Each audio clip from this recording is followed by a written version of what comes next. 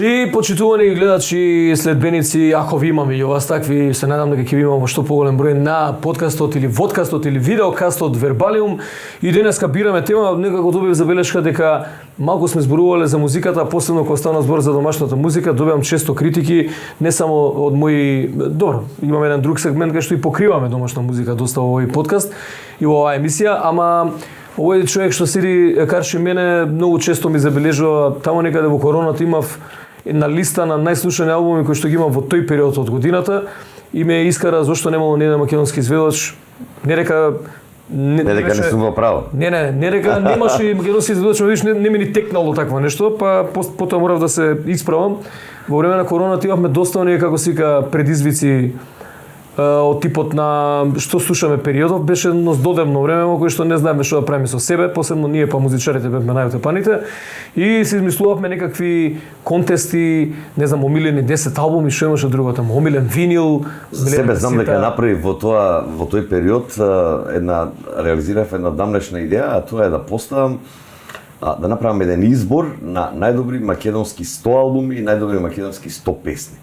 И тоа го правев едно 4 месеци. Преку Facebook, луѓето гласа, околу 300 луѓе праќаа пораки во инбокс, па ги сумирав резултатите. Нормално пред тоа потроши време за да се изберат 100 албуми, направив една листа од 1000 албуми македонски за луѓето да одберат 100 најдобри по број на гласови.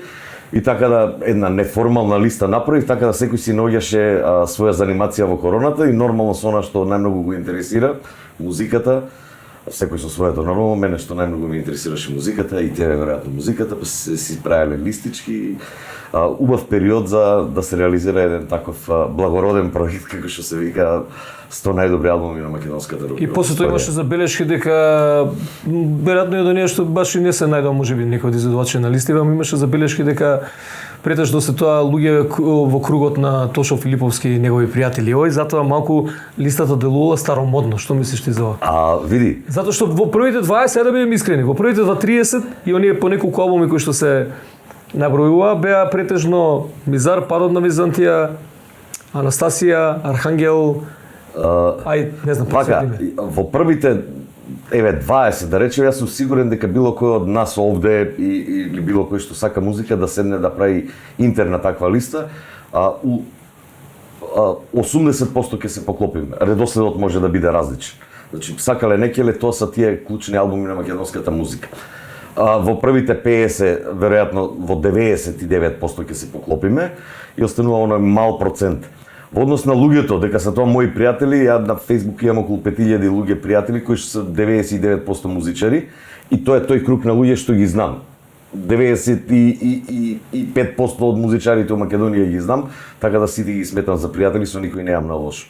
Она што приметбите како ги сватив и се добронамерни и не бегам од нив, тоа го правев сам. Секогаш работата добива поголема тежина и поголема валидност, релевантност, сето тоа ако се вклучиш во поголем број на луѓе. Најголемите замерки беа дека тоа биле само 300-400 луѓе. Јас упорно и ден денес тврдам, ако било кој од нив, од тие критичарите се нафати да организира нешто слично, не сум сигурен дека 300-400 луѓе ќе се јават да гласаат по било кој основ. Толку е инертна Македонија генерално по било какво гласање, особено по однос на рок-н-рол, дека ако некој било друг би го организирал тоа гласање, дека ќе се јавели јадници луѓе или не знам што, или ќе гласат. Нема врска, ова буквално на сила терав некои луѓе, им пишувам, молам те, дај твоја листа, и така и успеав едно 300-400 луѓе да ги анимирам за да дадат свој глас. Тоа е обид за да се направи нешто кој ќе биде добра појдобна точка за една, да речеме, за неколку години поселфатно гласање, ајде да се вклучат повеќе медиуми, можеби кои што ќе влезат у приказнава, да не бидат само музичари, пошто поголемиот дел од пријателите мои на Facebook се музичари на овој или на оној начин, се допираат со музиката, можеби понеутрални луѓе во приказнава и она што ми го замерија, што сметам и дека меѓу другите работи, што сметам дека не е нешто релевантно во однос на тоа што го правев е дека не била застапена поп музиката. Они што ме знаат дека цело време ја тргам таа приказна на страна и не сакам баби и жаби да ги мешам, нити фолк, нити поп, нити било што. Значи ова беше избор на 100 најдобри рок албуми во македонската историја, во малку поширока смисла. Значи джез, фанк, соул, хеви метал, панк, алтернатива или било што. Тоа е тоа што ме интересираше и тоа е тоа што направив еден избор кој што ден денес поминаа 4 години ми се чини, не, 2-3 колку поминаа од коронава. А ретко кој го споменува и како да сакаат луѓето да го тргнат на страна како тоа не е валидно, што е најдобро да се заборави, ама тоа не беше ни поентата да потенцираме некој и да го глорифицираме, ти го имаш најдобриот албум на сите време или најдобрата песна. Не, сето тоа е материја која што одново и одново се преджвакува и убаво е да се подсетуваме, да си кажеме самите на себе, ми имаме историја од која што можеме да извлечеме и една листа од 100 најдобри албуми. За 6 децении историја 100 албуми е убава работа, убава приказна, убав мит или 100 најдобри песни. Секој субјективно си ги има 100 најдобри, меѓутоа на еден начин кој што никогаш не е и нема да биде објективен, се тоа субјективно, ама од време на време е убаво да се потсетиме на тоа или некоја промена да направиме или нека биде следното гласање на 100 музичари па нека одберат тие меѓу себе својата фила, ама дури тогаш ќе има колење. Нема ни да одговори, ама и ќе има колење по разни параметри. Ова беше најшироко, значи не беше важно, беше важно да е физичко издание. Тоа ми беше важно, ја инсистирам на тоа, не беше важно дали е тоа жив албум, дали е колекција на хитови, дали е ова објавено на плоча, на касета, на CD, на било кој формат, освен ми беше важно да е физичко издание. Така, тоа ми помина така короната. И пишување книги, нормално. Добро, ама овде имаш поп изведувачи во македонската рок енциклопедија. Инаку немам. Филиповски. Господа, нема потреба, ја мислам, да не ми посебно некој вертира да Имам поп рок пеца, извини. Поп немам. Што е поп рок, што е поп? Ја немам, ајде са, нема да одиме у дефиниција, значи имам онаа варијанта, ми интересираат изведувачи, бендови. Значи, у енциклопедијата се застапени бендови. Сите оние кои што имаат у позадина состав, изведуваат и се автори, влезени се овде. Оние кои што настапуваат како соло изведувачи, кои што друг пишува музика и ја прави музика да тие само се појавуваат на плейбек, сметам дека не требаше да бидат застапени во енциклопедија. Тоа е некој мал критериум кој што го има. Види, дека можно да се направили некои пропуси дека влегло, ама веќе живееме во една доба, во една ера каде што не знам сега ти може ќе се држиш до некои твои малце поконзервативни класификации на тоа што е рок н рол, што е панк, што е хардкор, што е метал, што е ова, ама живееме во време на тотална фузија во која што веќе се случуваат и некои незамисливи работи кои што ако се вратиме во минатото, например во 90-ти години, не знам дали го гледаш во годинешниот Rock and Roll Hall of Fame. Ја го прегледав скоро целиот, го има исечено на YouTube поединечно настапите и номинациите. Доли Партон зема награда за Rock and Roll Hall of Fame, Eminem зема награда за Rock and Roll Hall of Fame и излезе Доли Партон и рече "Oh, I'm a goddamn rock and roll now." Со незиниот овој хилбили акцент, кантри акцент и онака добро ги запердаши луѓе од академија, сметајќи дека односно давајќи им до знање дека до сега не ја перцепирале као таква, затоа што дефинициите беа порано знаеш поинакви. Сега се менува тоа низ годините. Како ти изгледате? Се тоа ентертејнмент и е така. Ја веројатно ќе ги проширам приказнење понатаму, ама ова се почетоци на нешто што се вика поставување на темели, на забележување на историја на еден народ од тој културно-музички аспект. Она што мене ме интересира, зашто сметам дека сум доволно подкован за да пишуваме рок н ролот во таа поширока смисла на зборот, кај што тука има мал милион такви музички правци.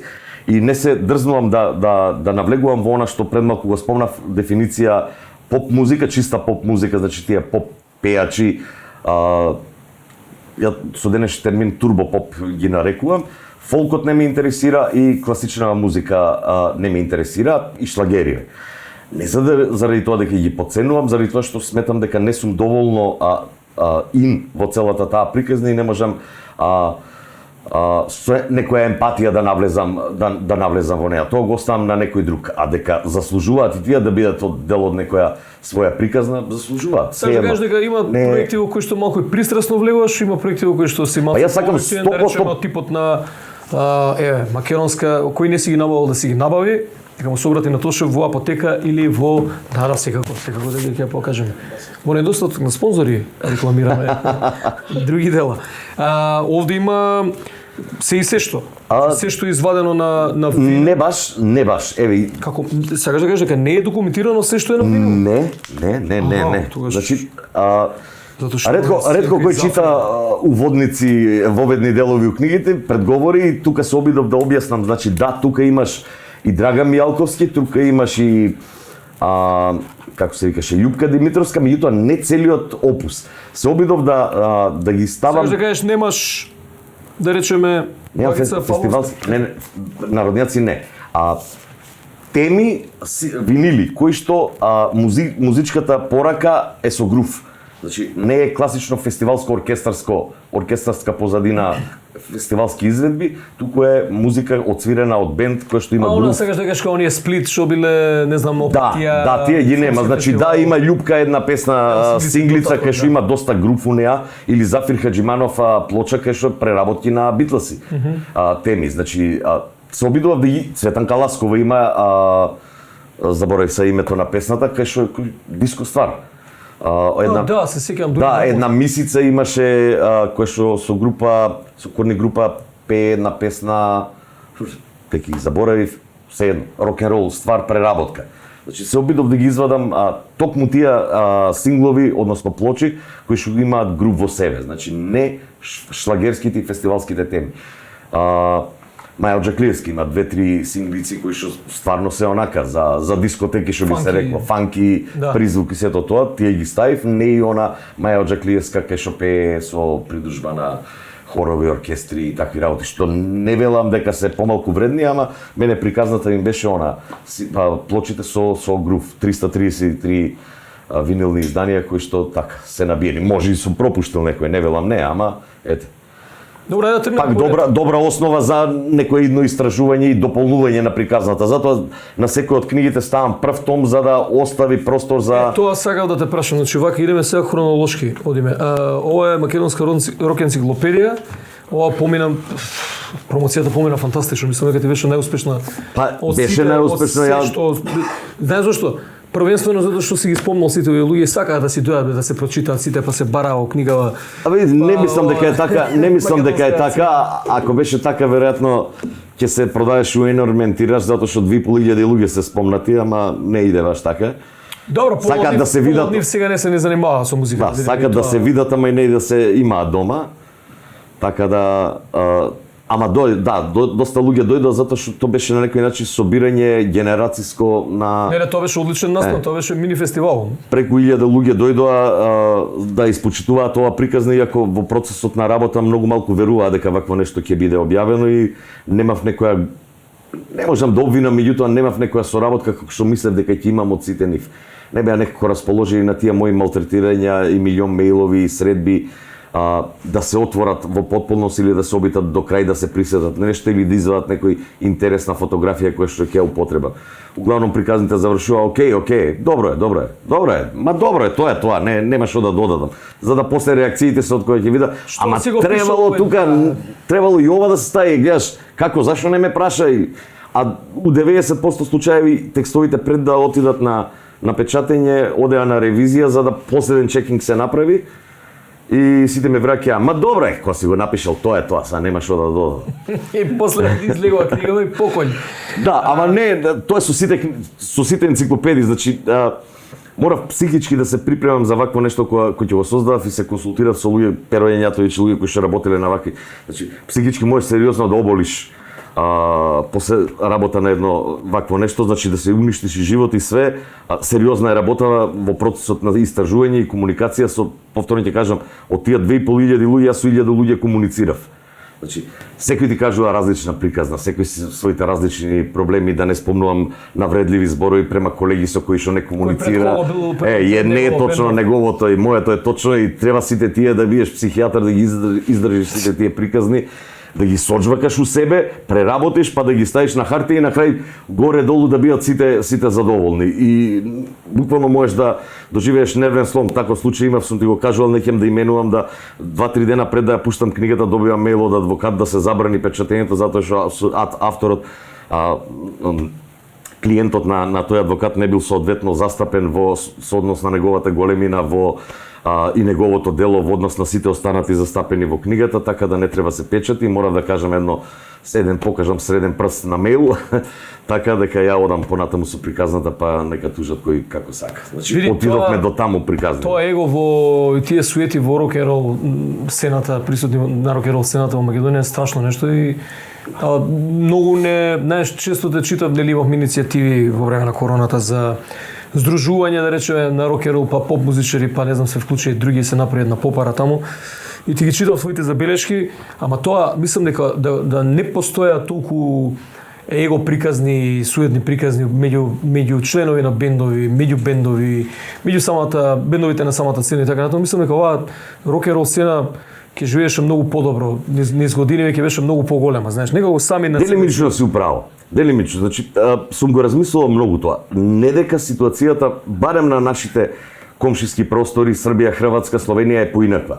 Егата секаде функционираат и тоа големите бендови имаат големи ега. Да не се лажеме тоа, да има и окей луѓе, меѓутоа голем дел од тие музичари се исто со големи ега кои што прават штета на микроплан. Ама приказнава таму на тие простори е сватена поинаку. Сите работиме за една заедничка цел. Егото ти носи си го, чуе си го дома или во интерни муабети можеш да го извадиш на површина. Кога се работи за една поголема идеја, а тоа се вика, ќе кажеме, српската рок-н-рол сцена, хрватската рок-н-рол сцена, словенечката или било која, или за нас македонската, чуе си таа приказна. Интересот е заеднички. Ако твоето его го тргнеш на страна и помогнеш да се развие на било кој начин таа сцена, и ти, како музичар, ако твоите колеги добијат бенефити и таа сцена функционира, и ти како музичар ќе имаш бенефити. На било кој начин. Знам, функционирало тантиеми, помали даноци, повеќе свирки и сето тоа. Поголема застапеност у медиум. Клубски простори, било шо. Ама ако цело време тоа го потенцираш и у јавни говори го истакнуваш како јас сум главниот, сите останати не вредат и не треба да има сцене, нема никош ни ти да доеш до она што треба. Значи, сум ја проучувал српската сцена, значи сите тие големи имења таму. Кога се работи за проблематика која се однесува генерално на сцената, значи да се намалат даноците, да функционира, да има поголема дистрибуција, клубовите да функционираат, државата да субвенционира повеќе, сите застануваат за таа приказна. Сите се едно. Ако треба да се поддржи некој млад бенд кој што се пробива на сцената и може да добие интернационална кариера, целата таа фела на колеги го поддржуваат у таа приказна, затоа што ќе им отвори вратите и на нив. Значи, големата, глобалната приказна е многу поважна од поединечната приказна. Кај нас, за жал, тоа не го сватија луѓето. Значи, битно им е или ја, или потоп. Така некако му доаѓа приказнава. И ние никогаш затоа не изградивме една инфраструктура на поставеност на музичка индустрија, на прав ентертејмент, као таква индустрија, за да не мора да се мољакаме по Министерство за култура, особено мислам на вас музичарите. Значи, јас не сум музичар и сметам дека имам и не ми смета да аплицирам, тоа сум го одбрал као дел од моја работа, ама вие како уметници, тоа е срамота да земеш да аплицираш посебно. Прво е срамота да пополнуваш апликации и сето тоа, ти си за да отвориш, а второ, кога зборуваме за таа голема приказна, треба и јас од нешто да живеам, као издавач да речеме. Значи, јас ќе ги пополнам документи. Јас сум издавачот, друг, не знам сега лупетам имиња да не спомнам, друг е продуцентот, трет е работи техника, четврт работи видео, пети работи пресклипинзи и сето тоа. Цела сцена треба да функционира и сите треба да живеат. Тоа треба да биде едно заедништво, значи да се постават така работите, да профункционираат сите, секој да заработува, не еден да го прави целото. Прво нема да го направи најдобро, без разлика, а второ, колку и да се правиш, сега ти зборам тебе, меѓутоа мислам на сите музичари, колку и да се правиш дека те бива за се, ти си пред се квалитетен музичар. Пишувач на апликации не е нешто што би требало да те прави среќен или нешто што би требало да се занимаваш или со финанси. Тоа треба некој друг да го прави. При тоа не да се скрати од она добивката на крај, него мојата теорија е дека ако има за сите и за сите ќе се подигне нивото на процент кој што може да го заработи, ама ќе живеат 20 луѓе од музика. И при тоа ќе живеат од музика, не да живеат од до 4 сати работа на компјутер за странска фирма, а после да се зафракаме и да хейтаме по Facebook. Ајде, што се вие рокерите барате пари, рокер без пари свири. Нели, од љубов, ама ти си го одбрал тоа како професија. Да, не, тоа е една широка тема, Така да, приказнава, сакам да сублимирам у нешто, значи приказнава е добра кога ние би се и тие од таму тргна приказнава, тие собирања на луѓето од сцената треба да бидат помасовни, ама да се свати таа глобалната приказна, ние треба да работиме да се развие сцената во смисла на музичка индустрија, да се вртат финансиски средства кои што повеќе луѓе ќе живеат од нив. Нема да биеш приморан ти како музичар, тој како тонец, овој како роуди, не знам, клубовите да функционираат од молење од министерство. Ти да молиш пари за едно CD од 500 евра да ти дадат, тоа е смешно. Нека му дадат на продуцентот у апликацијата нека пише за CD, ваква промоција, онаква промоција, прес клипинг ќе те направи достоинствен. Твое е да отсвириш. Тоа ми е мене поентата, не знам, а вака се свртени работите преку тоа министерство да мора да зависиме од нив, при тоа сме на пуно сегменти обесправени по однос на други уметности да кажам. Скокам од тема на тема, меѓутоа еве книгиве кои што ги работам се 5%, а да издаде плоча е оданочено 18%. И тоа е културен производ. Не знам зашто е разликата од 13% по однос на... Плюс за книги може за 10 дела да конкурираш, за плоча... На ДДВ. Мислам дека немаш. За плочи, она што у овој конкурс го кажав како смешно, јас како продуцент, односно издавач, аплицирам и треба да докажам дека сум отсвирил 2 концерти у задни 5. Не мислам дека тоа беше повеќе техничка некој пропуск кој што... Не знам, не одреагира на такво нешто, не одреагира која го најдов како замерка затоа што беше смешно. Ја мислам дека е препишано, тоа беше еден од условите, ако се сеќаваш МТВ кога имаше еден конкурс за песни на 3 месеци се бира, да. И тогаш тоа беше пошто се однесуваше најмногу на таа поп сцена, а они концерт еднаш у 5 години прават и мораше нешто да докажат некој критериум дека се активни, па еве 2 концерти да се отсверил у 5 години. И некако некој го препишал тоа и тоа останало. При тоа не водејќи сметка за спецификите на тој посебен вид на култура рок-н-ролот, кој што има своји специфики, овие општи конкурси во Министерството за култура ја просто уништуваат таа приказна, не ги гледаат спецификите на нештата. Не е тоа буквално препиши, стави тамо, докажи и ајде ќе добиеш. Тука се работи за уметност која што некој квалитетно треба да ја согледа. Ама за да не дојде да тие бидат цензори, значи многу зборам, ова се све посебни теми, за да не бидат Министерството за култура цензори, тие треба да релаксираат ситуацијата на терен, да профункционираат домовите на култура кои што се под министерство. Секој од нив може да доби одредени средства за да развива локална сцена, да повикува бендови, да издава изданија, да отвори едно мало дуќанче кај што ќе се продаваат македонска музика, немаш кај да купиш. Џабе што издавате кога нема кај да се направи дистрибутивна мрежа. Значи, можат на тој начин да ги релаксираат работиве, да ги поедностават, да профункционираат нештата во државата и ќе им се олабави притисокот во однос на конкурирање на тие годишни конкурси. Тогаш би се аплицирало за некои покрупни проекти, а не за обично CD, издавање на CD. Или одржување на концерт. Тоа не би требало да биде тие 30 домови на култура. Ти не треба да аплицираш за еден концерт, 30 домови на култура поеднаш да те повикаат си свирал Словенија, си свирал Хрватска. Исти тие домови што Тито на времето ги изградил, постојат и кај нас. Види, кај нас се свираше од почетокот на 2000-тите. Ние сме свирале, не знам, Дом на култура Берово, Дом на култура Дебар. Се тоа инцидентно, Пеце, ама тие не си ги свирил како простори, си ги свирил како манифестации.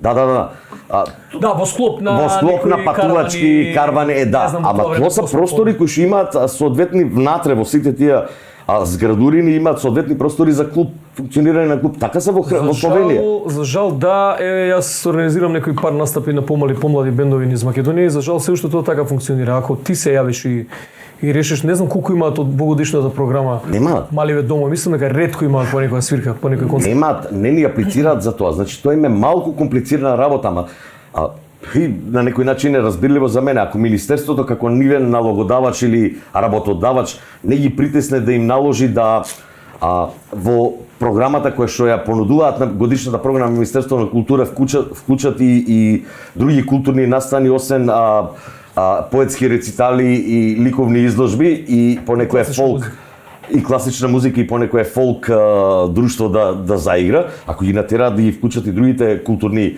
програми кои што функционираат во во државата ни, тогаш малку поинаку ќе биде работата. А инаку, што е проблем во било кој дом на културата да се организира еден концерт? При тоа, домот, пошто е во најголем дел финансиран, работата негова, платите и одржувањето од Министерство за култура, билетите или поголем дел од цената на билетот може да отиде за бендот. Па бендот може на една свирка да ги извади парите што моли за CD издавање, нели? И да не зборам како тоа може да се мултиплицира, доколку во такви случаи почесто свират бендови во тие помали градови, локалните телевизиски станици кои онака немаат некоја кој знае или радио станици програма, па ќе бидат заинтересирани да ги промовираат македонските бендови. Па ако тој круг ќе се заврти, тогаш и тие мали домови на култура можат едно мало кјоше да одвојат, кој што покрај сувенири за градот, реклама на својот град, ќе може да продават и цедиња и книги и не знам што и не знам што. Отвара се една пандорина кутија тоа со Министерството за култура, знаеш, тоа ми беше негде за при крај оставено прашање, ама прво сметаш ли дека таму се луѓето кои што треба и може да минатираат со културата? Не, за жал не. Ај се те фати вака одма од нај. Не се таму. Ја имам болни. Затоа што јас знам кои биле во одредени има пари исклучоци. Меѓутоа јас знам што се случуваше со оние комисии за самостојни уметници, за музичари, и испадна дека луѓето немаат доперна точка некој од нив со музиката. Значи немаат, ниту следат, ниту знаат бендови, ниту знаат кој што сработил, ниту знаат кој е. Не би сакал, Пеце, не е ситуацијата, не е ни муабетот, јас сега да наложам нека ме викнат и кажам, јас и пред овој конкурс пишав еден пост кој што тоа беше битка со ветерници без врска, знаев дека никој нема нити да одреагира. Во суштина се нудам да ги кажам спецификите на мојата интересна група на луѓе на култура во однос на поставувањето на критериумите за конкурсите. Значи да не се провлекуваат такви небулози во однос на конкурсот. Односно, овие сугестии што се ги кажав за домовите, пар други сугестии кои што може да подобрат работата, тие таму да си ја сработат. Ја не мислам дека техничките лица се неспособни. Оние што се на раководните функции просто не ги интересира да ја оправат работата. Малку да се размрдаат треба. Искрено треба да се размрдаат. Има капацитет. Еден човек може да ги координира сите тие домови на култура. Значи да ги собира. Еден човек буквално може да ги собира проектите, а не да ги разгледува, да ги следи во однос на нивна имплементација. Не треба да ме обременуваш со аплицирање, со собирање на милион документи во старт. Поентата е, ако ми доделиш средства, ја го потпишам договор, сум се согласен со таа сума на средства што си ми ја доделил и ги следам тогаш твоите правила на игра. Вака, однапред, нити знам колкава сума ќе ми доделат. И јас сега треба да склучувам договор со издавач, со овој, па ако немам доволно, нема да го потпишам договорот, џабе ги собирам документите. Па ќе ти дадат. Ќе ги откажам. Тогаш ако ги прифатам тие средства кои ќе ми ги доделат, тогаш ги склучувам договорите. Или на крај, пошто и кога ти ги потпишеш договорите не ти ги даваат средства, ти ги даваат на крај. Тогаш на крај следиме. Кој ќе го донесам извештајот, ако правилата кои што си ги наметнал се имплементирани во моето дело во што сум го направил, префрли ми ги средствата. Ако не, одземи ми ги. Лесна работа. Зашто у старт ја уништуваат, приказнава, ја обременуваат со непотребни папири? Тоа ме нервира. И да не се навраќам ова што го кажав со домовите, многу лесно е да ги натераат да почнат да функционираат. Тогаш ќе се растерети целиот систем. Многу едноставна работа е да се натераат тие домови. Таму има у секој, си ги шетал и ти, у секој има сигурно минимум по 15 до 20 луѓе вработени. Еден води драмска секција, друг води литературна, трег води оваква секција, 10 луѓе у техника, администрација или било како и да се подели, не е битно. Јас сум сигурен дека од 90% од тие луѓе се исто желни за работа.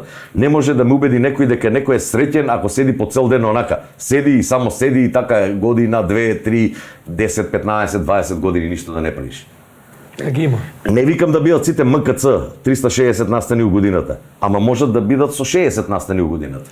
Да, многу малку се работи на таа проблематика, многу посебно во однос на музичката. Ја имам некои идеи за таа мрежа, не знам, разработување давав конкретни предлози, ама некако дали ни се менува многу често овој кадров во министерство, па не можеме да ги пофаќаме таман ке зборуваш со една министерка и со раководство.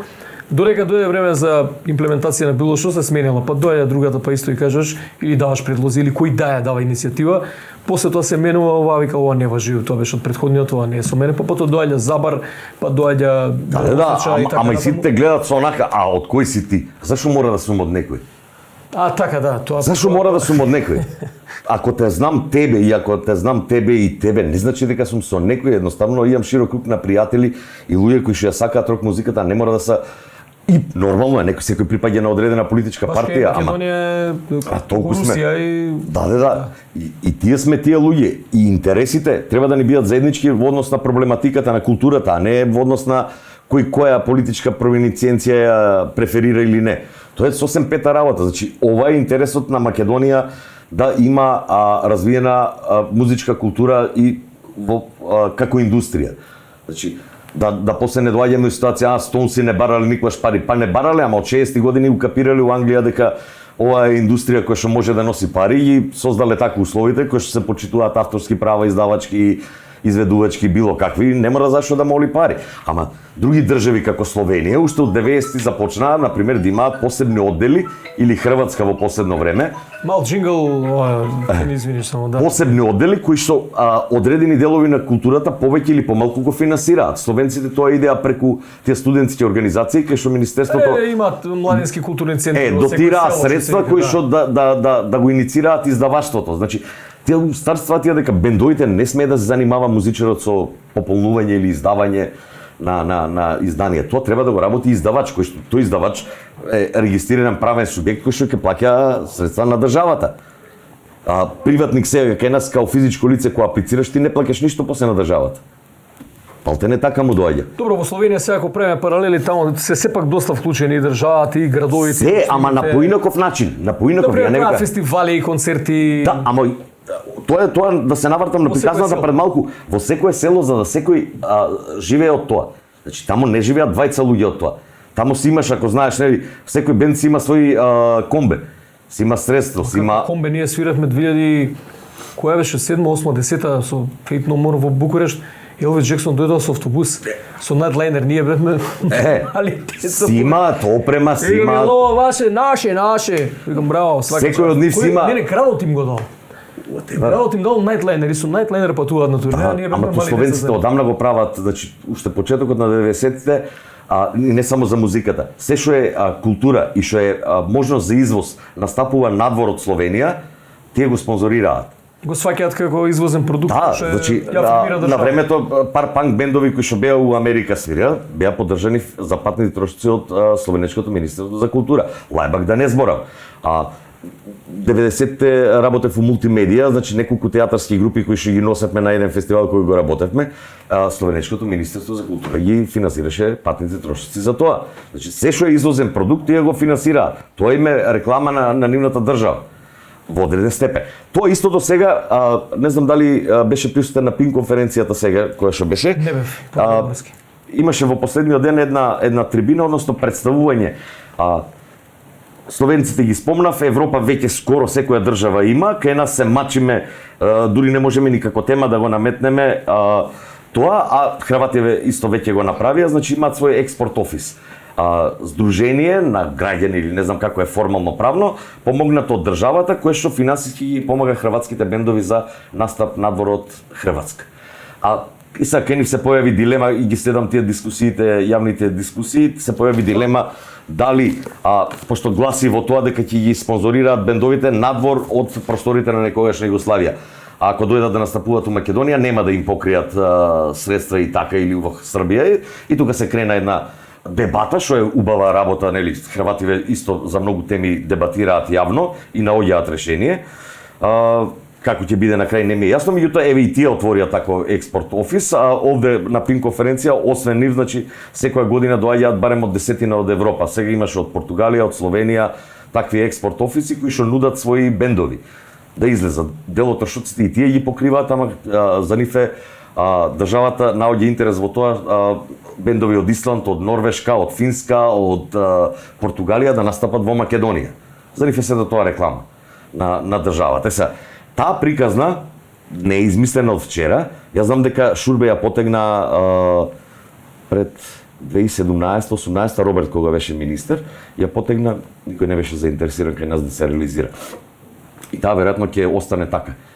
Уште следните 10 години никој нема да ја чепне. А таа е уште едно каменче во целата ова приказна, која што кажувам да функционира македонската музичка сцена како еден вид на индустрија со развиен. Слушај, да не зборуваме па за оние македонски културни центри кои што имаме по разни градови, не знам, Њујорк, вамо, таму Софија, ја не сум чуo. Ја немам добро искуство. Бенд да отиде, освен преку министерство, мислам дека отидоа претежно беа некои джез состави, летечки пекинезери, не знам кои, свираа во оној клуб во Њујорк, има уште пар артисти, ама се е тоа некако да ти кажам нешто ситно, нешто. Јас се обидов, сега правев промоција на Мизар книгата во Загреб, се обидов да побарам да ми бијат од Македонскиот културен центар таму да ми бијат покриени трошоците за пат.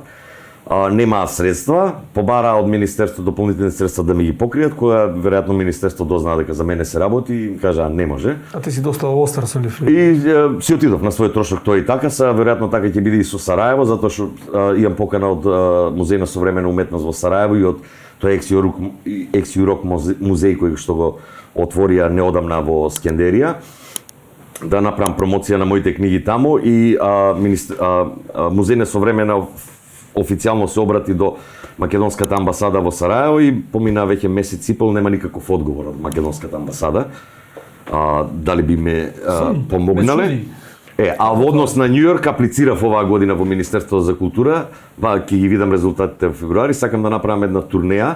Мене ми треба покривање на трошоците од Министерството за култура да отидам до Њујорк, а на трошоци на пријатели, луѓе кои што се голем дел вметнати во оваа македонска рок енциклопедија и таму имаат своји фамилии, поколенија деца, кои што самите пројавија интересна идеја да одржам серија на предавање за историјата на македонската музика пред нивните деца со аудио, со видео материјали и тоа што тие овде, музиката на која што тие растеле, да им ја пренесам и на нивните деца. Значи, сега имаме една нова генерација, ако 70-те, 80-те нашите гастарбајтери беа Цеца, Благица Павловска, не знам, Сариевски, танец инспирирани, сето тоа и уживаа во тој фолк звук, не, без навреда. Сегашниве генерации се повеќе го пренесува она што овде го уживаа. Значи, свирките во Кастро, сум ти кажувал такви анекдоти на наши луѓе кои што живеат во странство, кои што младоста им е врзана за Кастро, луѓе кои што растеле со Архангел, со Мизар, со Лепи Сол и кои што сакаат истата таа љубов према музиката и таа музика да им ја пренесат на нивните поколенија, кои што знаат или не знаат македонски јазик и не е битно, ама ова е за мене многу битна работа и аплицирав за тоа и ќе направам. Битно ми е да стигнам до Њујорк, а после Њујорк, Чикаго, Детройт, кај што има македонци, ќе направам напор да ги прошетам. Во Канада стигнал и не знам Австралија и сега. На многу места, значи ја мислам дека многу повеќе е продадена македонската рок енциклопедија продав надвор од Македонија отколку во Македонија. Значи сега имам еден колаж, еден убав ден ќе го извадам. Поевтиним се бе таму. Ги терам дека да се сликаат во сите тие градови, мислам дека едно 100 градови низ светот се наоѓа македонската.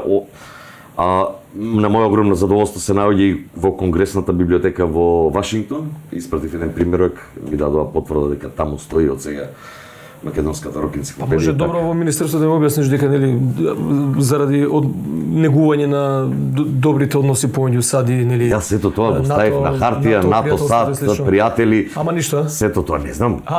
Добро. Мислам 2018 аплицирав, тогаш ме одбија, сега правам чамбек. Тогаш бевме ли пред НАТО? Пред НАТО. Па сега не е толку важно. Ајде да видим. Тоа беше пред НАТО. Не, 2019 после енциклопедијата аплицирав, тогаш ме одбија, не бев нешто така остар да реагирам, ама сега со право ќе реагирам ако бидам одбиен, затоа што сметам дека освен настапите не потценувам никого и изложби што се прават, се што таму не се прави во тој центар, ама не е тоа единственото место. Значи, повторно ќе кажам, таму кој дојде од Њујорк, дојде во тој клуб и ќе ги види. Мојата идеја е да отидам во Детройт, во Чикаго, кај што се македонците во нивните микросредини и тука да ги направам на нивен терен тие предавања. Значи не да ги терам. Али веројатно се надам дека ќе препознаат конечно. Ја не знам што е тоа, знаеш, кога ќе чуеш проекти од национален интерес секоја година, тоа ми е многу дискутабилно вака. Што е проект од национален интерес? Дали е локално некој да си собере 3 другари да направи изложба или свирка за предбурек джилница за двајца, или е нешто што на вистина е од интерес и за, знаеш, секогаш се расправам, знаеш, јас сум влезам во тие културни, ме интересираат тие културни политики, стратегии и така натаму, законот за култура кој што не знам што се случува со него, тоа е попара една тотално, па се некој нов нацрт се подготвува таму, слушам некои муабети, се собрала некоја екипа па подготвуваат нов закон за култура, а никој не е информиран за тоа. Едноставно, дали еден ден ќе почнат да препознаваат што е вистински од интерес национален или на граѓаните на Македонија, затоа што реално бенефит треба да осетиш од тоа. Знаеш, како консумент, не само како некој што организира, туку и како консумент и како публика. Ја повал тие настани, не ги гледам едноставно. Не сум ги забележал никаде. Не знам дали се, дури не знам и дали се, ај се малце го фатив со министерство, така ме се вратам повеќе нова, меѓутоа не ги гледам, не се видливи. Половина знам, дури имам на слушното, можеби вистина, може дека не се ни Или јас сум чул, рекла казала нека биде. Огромни средства им се доделени, милионски суми. Нели пред половина час кога зборувавме го кажав, наместо огромната брана која што е ставена сега во процесот на аплицирање кој не е толку битен, ова треба да биде формалност, а потоа видливоста да ја следи некој тим на луѓе и со самите извештаи или со самиот процес ја мислам дека нема, ако не грешам, нема задолжително да поканиш од Министерство за култура, а не верувам дека нешто и ќе се претрчаат. Значи, сметам дека таму луѓето треба да ги посетуваат тие настани и сам ќе ги види. Значи, тоа нема да се случи, ама ти даваш извештај во кој што извештајот му даваш, ама да. Здраво млади лане беше поддржано со некоја смешна сума, ја не можам да го разберам тоа, знаеш. Еден од фестивалите ретки кој што се дружи, кој што се труди да донесе нешто што е посвежо, потазе, па и да застапи добар дел, ако не млади, па и од постари македонски артисти, знаеш, или бендови. Јас повторно давам примери, еве, во однос на фестивалите. Значи, Хрвативе како го решиле, не е тоа дека ги глорифицирам, не се ни тие совршени. Меѓутоа, ние сме, ама тотално несовршени, не аматери во однос на тоа. Значи, Хрвативе имаат одреден буџет, нашиве малку презема, мислам дека од лани имаме посебно за фестивали, ги одделија од музичко-сценска. А Хрвативе имаат, покрај тоа разделеност, имаат и за современа или рок музика или не знам како е дефинирано. Барем тој сегмент им е одделен, ама не е тоа толку битно. И не мора да е. Меѓутоа, таму има секоја година борд на луѓе, од луѓе кои што ги организираат тие фестивали и тие ги поставуваат критериумите за поделба на средствата. Водејќи се по началните критериуми на Министерство, што е приоритет таа година. Значи, дали популаризација на македонска музика, дали странска музика. Во однос на тие критериуми, тие ги распределуваат средствата сами. Океј, ти имаш ваква програма, ја ваква, ја оваква. Ова има повеќе домашна програма, ова има повеќе странска. Битна е странската, втор ранг, трет ранг бендови и самите наоѓаат интерес да ги распределат средствата како ќе ги распределат. Точно, можеме да отидеме многу далеко, ама само еден момент ќе ти кажам, а тоа е дека во време на пандемија или на корона, кога музичката сцена беше најубиена, приоритет на Министерство за култура, знаеш кој беше? За таа година. Заштита на културно наследство и споменици низ Македонија. Тоа е со години, ја мислам дека е тоа со години. Не, тоа беше посебно, тоа ми беше мене најголемиот парадокс. Значи, ја поголем парадокс од тоа. Да, живата култура е секогаш онака. Значи, ние кога бевме заклучени, затворени, им се беше даден приоритет на да не ме сотат погрешно, Скопскиот аквадут треба да се среди и треба да изгледа перфектно и целата таа околина. Ама во услови на пандемија кога седевме дома и кога немавме средства, а ја и чепкав нешто, многу мои колеги нема леп да продаваа коли, станови, чуда врагови, преживуваа, се шалта од една работа на друга. Немаше ни работа, баш затоа што затворија и гостителски објекти се.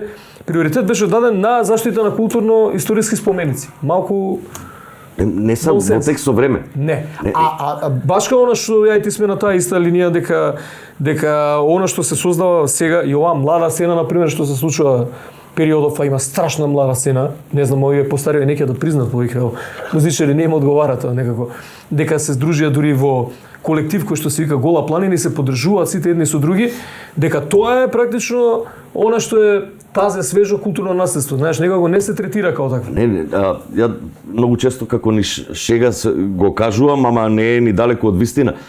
Не знам како да сакаат сето тоа еден ден да го покрие земја и пепел и прашина, па после 100 години некој да го ископува и да повторно пропагираме заштита на културно богатство ископано некаде таму. А сега во ситуација во која што го живееме таа жива култура и наместо да документираме за некои идни генерации после 50-100 години да имаат ваков пишан документ и да не копаат, да им ја олесниме работава и при тоа да си го подигнеме нивото на нашата култура во однос на тоа колку сме можеме да бидеме напредни, а самите си ставаме сопки во милион приказни кои што ги имаме со комшиите сега.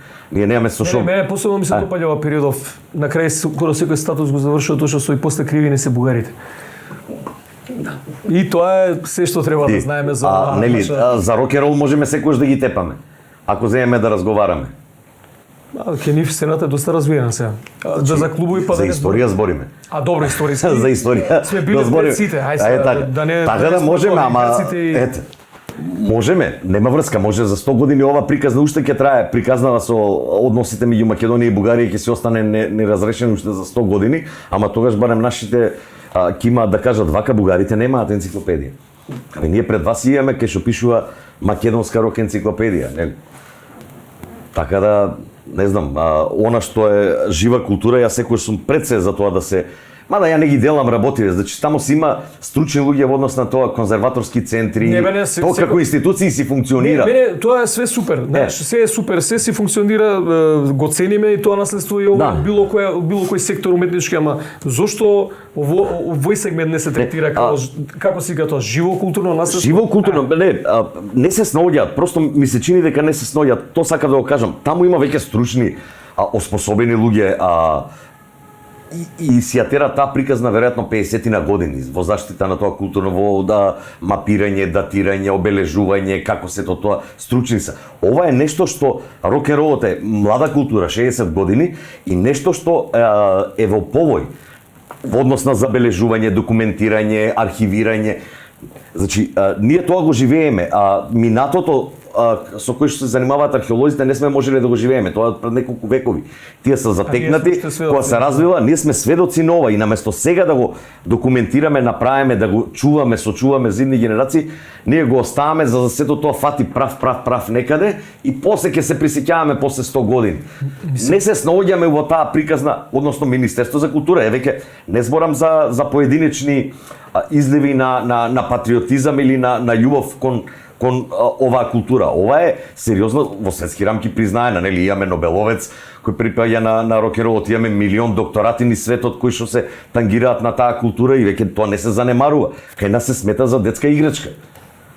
Што да кажам? Ајде деца се занимавате со рок н рол, утре ќе пораснете, па ајде ќе станете вие, ќе ставите врска и ќе станете она како се вика, угледни граѓани на нашата држава. При тоа нели го забораваат моментов на креативност, на критичност, на бес, на бунт кај децата кои што треба да го стимулираат во овој период, да биде тоа, за да после прерасне во некој навистина вреден и квалитетен, не сам никого да оспорам, меѓутоа вреден и квалитетен жител на ова општество кој што со полн капацитет ќе допринесе за развојот на оваа држава. Не како полтрон, не како човек кој што наведнува глава при разни проблеми, него човек кој што гордо ќе застане и ќе каже ако ова чини, ако ова не чини, не чини. Значи, затоа сметам дека во најмали години и ти си растел, јас сум растел во годините во кои што беше навистина нормално и пожелно или да си металец или да си панкер во подоснежните 90 или да си хип-хопер. Сите три категории бунтовни кои што во тие адолесцентни години предиспонираат да носат во себе бунт, што е сосем нормално за едно дете на 14, 15, 16 години, да му е све преку таквото и да сака да прави револуција. Ако тие на 14-15 години, па добро јас ќе учам, јас ќе бидам примерен граѓан, јас ќе бидам, тогаш имаме проблем. Системски проблем. Нели? Ако ми е добро да слушам на телевизија музика и песнички кои што пеат, не можам ни да карикирам, пошто не ги слушам, нели? Се е убаво во овој свет, се ќињата растат, илињата пеат или не знам што како. Не се такви новите песни млади. Не знам. Новите песни млади се за кокаин, калашникови, whatever. И лесни девојки, да не ги нарачам поинаку. Тоа се 90% од текстовите, тоа се голта и се. И тоа се идеологизира или како и да го нарачам. Ова го имаме многу и во една мисија бев сега гостин, знаеш дека влезе во одредени магазини овој како култура влезе, она турбофолкот, тоа ми беше Не е култура, веројатно е култура, некој вид на култура кој што ваков онаков си зазема свое место во општеството. Сега на нас е веројатно да се бориме против него, на нив е да го тоа етаблираат. Ама така било од секогаш. Го етаблираат некако борба, не ја добивме баш. Тоа е мејнстрим. Тоа е мејнстрим, тоа е индустрија која што функционира. Пак ќе се навратиме на тоа.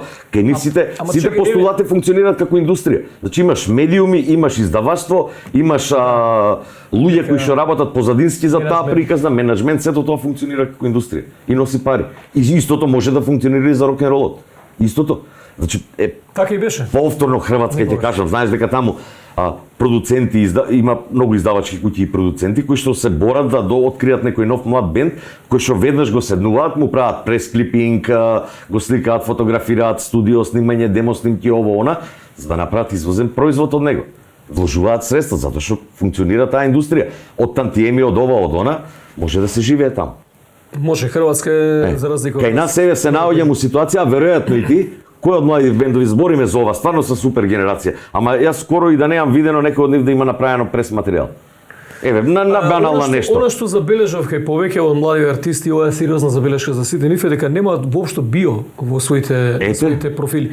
Или имаат на еден профил, да речеме на Инстаграм, кај што им е нели поинтересно сега и поактуелно и поприсутни се, ама на Фејсбук на пример, и сега сакав да напишам нешто за некои од тие бендови да ги средам во еден текст.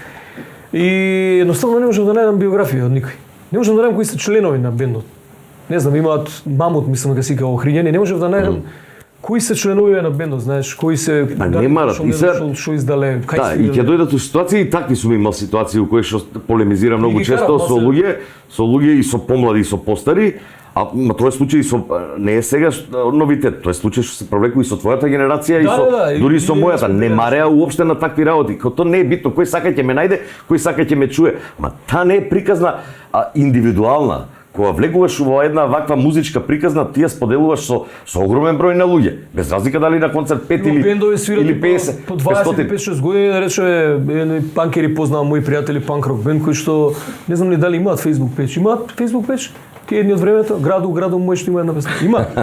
Има нешто ново на печ од пред 5-6 години. Добре. Ето.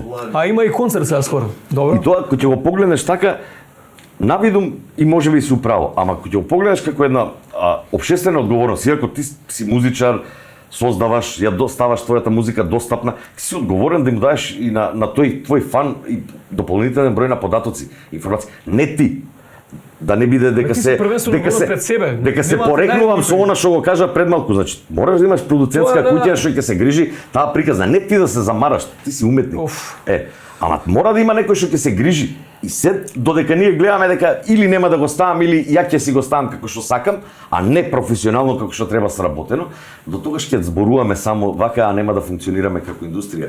И како поединци ќе функционираме цело време. Значи повторно скрос на почетокот на муабетот ќе се навратам во однос на егата кои што функционираат. Ова е заедничка приказна на сите. Јас не сум музичар, ти си музичар.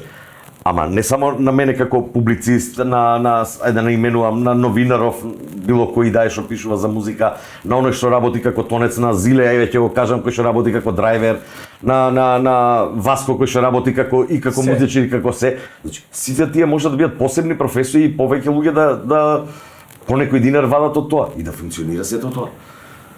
Дел од нив добро и функционира, па дел од нив не функционираат професионално, меѓутоа константно тоа се одржа малку. И повторно ќе речат, ние сме мали, ама еве Словенија не е исто како нас, таму функционираат такви посебни професии. Дизајнер на изданија. Позната не е таа болка, се надевам дека нешто ќе се смени, малку да се вратиме на твојот дела затоа што се заглавивме со министерства и со вечната болка. Македонска рок енциклопедија прв том.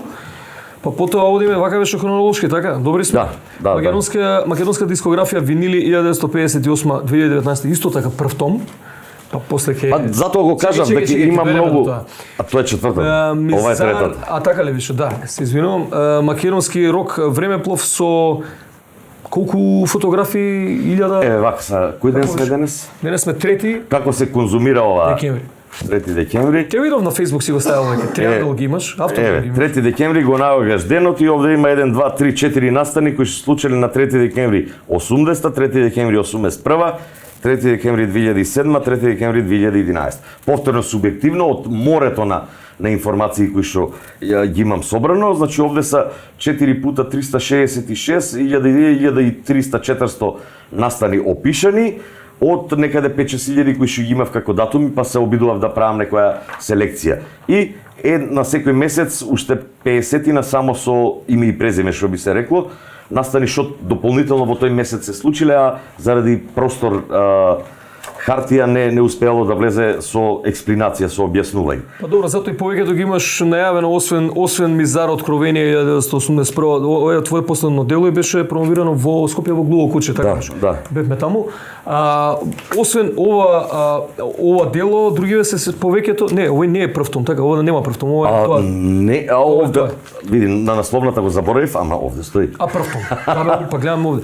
Се што правиме со ова стои уште од интервјуата кога ги читав за македонската рок енциклопедија, стоеше дека 2018 беше? 2018 дека 2019 веројатно ќе излезе вториот том. Да, меѓутоа се фатив да исто и нови за овие други. Да. Види, веројатно со поголем дел од овие изданија, ја имам некој план последните 15 години, секоја година по едно издание, ако наоѓам средства, да сме живи и здрави, ама некако во тој план ниедно не ми е втор том. Сите ми се само први томови. Да отворам приказнава широкото поле на можни истражување. За некои идни генерации или ја ако доживеам длабоки пензионерски денови па да се занимавам со втори том. Или некој да те наследи? Боже, тоа е приказнава и желба да поголем. По физичко па не е битно тоа, не мора фамилиарно, ама да се најде некој што ќе се заинтересира да ги преземе тие архиви. Ако еден убав ден завршат во тој музеј кој што го се надевам ќе го направам, ако не некој да ги преземе, да ги наследи па да ги разработува. Ова ќе доживее најбрзо веројатно второ издание, македонската рок енциклопедија, ама не коригирано, туку ќе нови 333 бенда. Значи, уште тогаш кога работев ова морав да ја кратам, сите ги кратам ради фина. Чекај, пеачи немаш? Неам, соло кариери неам следено. Да, значи, Јаков Дренковски, Кирил Џајковски, Владко Стефановски, нивните соло кариери се напоменати неколку збора. Не знам Канго, може го имаш? Канго, ама Канго е со бенд. Името само му е... Да, добро. Така ми е влезен. Добро, ама сега се сконцентрирам на она што се нарекува проект, како да го наречем, Готра? Значи, тоа е влегува во тој план од 15, значи отварање на нови врати. Значи, ова беше за прв пат енциклопедија, за прв пат посвета на винили, прв пат нешто слично као времеплов, као подсетник за медиумите, што се случувало. Некои предпоставени во идни времиња. Во идни времиња за истражување. А ова е за прв пат една биографија на рок бенд. Она што исто недостасува е отварање на една врата, монографија за еден човек, индивидуалец кој што по мене оставил сериозен печат на македонската културна сцена, Горан Трајковски, и сериозно работам на тој проект. Здравје, до година е некаде планот летово да биде објавена. Готра беше во Сарацини, беше? Готра му иде вака. Готра ги избројавме заедно 15 проекти во 45 години. Значи, почнувајќи од Филтер, неговиот средношколски бенд во Струга, Филтер, Сарацени, Афективен набој, Мизар, Афективен набој, Падот на Византија, Апореја, Мизар, Анастасија, потоа следува после Анастасија Архангел неколку испреплетени проекти, Горан Трајковски, Муѓер, Фуѓер, Биоскопија, Циркусил, Архангел со Ристовртот беа гости на Европија, филмската музика, театарска музика, со германците, со Велјанов, еден заеднички проект со германците, кај што пее Велјанов Дајне, Лајкајн, како се викаше, таму е гитарист во тој бенд. Да, знам, го следев. И уште неколку 15 ги изброја. И соло проектите, он беше и на турнеја, имаше една балканска турнеја, ако не се лажам. Тоа пред корона. Многу работа, многу материјал за себе, меѓутоа таков како што е тивок, повлечен, ненаметлив, то не значи дека е помалку вреден. Македонската рок сцена како не го мислам дека ги бевме. За мене е и тоа премногу повлечен, затоа што има многу што да каже и знае кога сака да каже и остро, и бритко, и јасно да го каже, меѓутоа го избира начинот на молчење, што по мене не е добар, ама повторно зборувајќи за таа голема приказна, таквите големи уметници, нивниот збор многу повеќе тежи отколку што на нас. И преку делата ќе сигурно. И преку делата, ама Горан е од тие типови кои што не сака да се навраќа на минатото, неговото е дека јас сум создаден за да создавам, а евентуално твој или на некој друг е за да го забележува тоа што јас го создавам. Така да тука се најдовме на таа приказна, окей, идам натаму. Кога би било тоа чудо ако добиеш поддршка? Не, без разлика на поддршката, веќе решив лани имав проблем со министерство кај што ме одбија за ете, у таа приказна од 15 книги, за жал, оние кои што нема да успеам да најдам финансиска поддршка, ги ставам у фиоки, веќе 2 книги ми стојат така делумно започнати, а кој ќе ги финиширам, не знам. Едната беше паралелно со ова работев 2 книги, македонска дискографија и касети. И таа е половично завршив, не успеав да добијам средства и ми стои у фиока. Еден убав ден ќе ја реализирам. А лани започнав и сакав да работам за оваа година да биде 2 книги Мизари и таа. Антологија на македонската рок поезија. И тоа ме одбија како неквалификуван за да создавам такви дела. Не е национален интерес. Не, образложението беше многу навредувачки за мене, значи на шега го. Да, те разбирам, меѓутоа навредувачки за мене, дека не сум квалификуван и доволно квалитетен за да создавам такви дела за кои што е потребно сериозно формирање на тим и работа на неколку години на таков проект. Па ти кој на хирургот, да речеме Сашко Јовев, кој што ни беше овде, кој што е првиот пресадувач на срце, да му кажеш не можеш да зашиеш колено на дете. Ете, нешто така и ме одбија и таа е половична сработена книга и друг хроничар искрено не познаме некој што ова го документира вака. Ние сме, морам да признам и од себе ќе требам доста распашани како артисти, многу малку документираме, ја тоа пред некој време ги немав сите албуми кај мене дома. Ти Мањо ги имаш твоите албуми дома и тебе? Тешко. Не, Мањо ги има неговите албуми, ама празни му се. Само омот. Поентата на ова што го работаме за случаеви у кои што бендови, поединци кои што занимавале и создавале во минатото, во секој момент да имат тоа да го пронајдат, ако не по игра на случај или намерно не ги чуваат тие материјали, да можат да се обратат во соодветна институција, како што постои кинотека за чување на тие аудиовизуелни културни богатства, како што постои како се вика Институтот за фолклор, како што постои Институтот за македонистика. Тие се грижат за своите работи и сметам дека треба да постои и ваков институт кој што се грижи за аудио богатството, културно богатство на Македонија. Ја зборувам цело време за рок и рол, тоа веројатно би било поширока приказна, значи ја ми сериозно. Нека биде, ама ако ја туркам толку широко, никогаш нема да се истурка. Нити ова не може да се истурка, а камоли поголемата. Ама сметам дека ако и тоа си бил веројатно кинотека, како тоа професионално, сериозно се чува, заштитено. Реиздавање. Тоа е друг начин, него чување на тие физички материјали, на тие ленти или како и да се вика, на 10 можни начини. Ја дома имам проблем со се ова што го работам, го чувам на еден хард диск, ако отиде. Еднаш ми отиде, скапа го платив, ако отиде пак веќе отишла јабана веќе за историјата, а голем дел од работите што ги имам само јас. Стај го на 3 харда. 3, ама треба тоа финанси и некој да го плати. Ја немам доволно финанси. А овде кинотека гледам кога се грижи државата, тоа на 10 начини, на еден сервер, на друг, на трет, на 5 хард диска, за не дај Боже, и оригиналната копија една, преснимена уште една. Тоа е прекрасно, така треба. Ама за аудио материјалите никого не му е грижа, као да тоа не е културно богатство.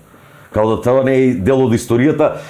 Тоа е 6 децении историја раскажана преку песна на овој народ. Од 60-те години земјотресите, првите љубови, првите револуционерни исклици, ангажирани текстови на македонската музичка сцена, преку првите, не знам, бунтовнички песни, па хипи периодот, па акустичарскиот период, па не знам, даркерскиот. Тоа се животи на луѓе, историја на еден народ. И сето тоа така немарно да се остави, ако пропадне. И при тоа, кога разговараш сега, не ќе да се наметнам као јас сето тоа го имам, па сега се правам фраер, меѓутоа е срамота кога па ќе се наидеш на таков соговорник од соодветна институција која што по дефолт тоа треба да го знае, да го претпоставува, да го барем да изрази желба дека сака да се грижи и ти кажува, па тоа е небитна работа, тоа са мал број на примероци или мал број на луѓе.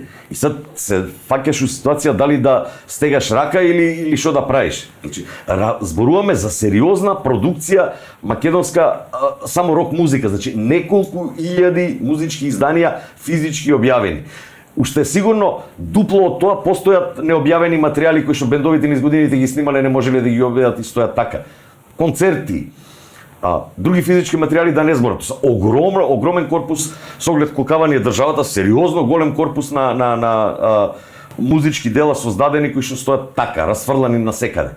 За жал, тие постарите генерации си одат од овој свет материјалите нивни во кутии чувани грижливо, една фотографија сочувал као белег на својот живот дека бил дел од тој бенд. Ако сум ја земал, ако некој од неговите деца ја земал, ама најчесто тоа доаѓа чистилица после некој кој ќе се отиде, изфрлаат се што било негово оставштина и тоа за веки веков останува.